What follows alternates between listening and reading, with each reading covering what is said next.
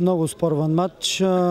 Така, имахме голямото желание да постигнем победата, но така, мал шанса, който имахме пред вратата, видяхте поне 3-4-100% положения.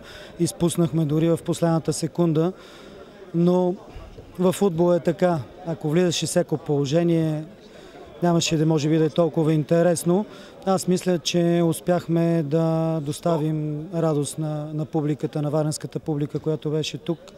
И се надявам се в следващите срещи да се представим по-успешно. С какво си обяснявате многото пропуски? За мен основно с липса на концентрация пред вратата. Това на първо място и мал шанса, който ни преследваше, може би.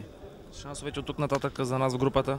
Шансовете са на лице, нищо не е загубено. Имаме още 2 матча. Гледахме малко от предишния матч между отборите на Латвия и Естония. Мисля, че съвсем спокойно можем да се поздравим с победи над тях. И естествено да постигнем крайната цел. Класиране в следващия етап. Мерси.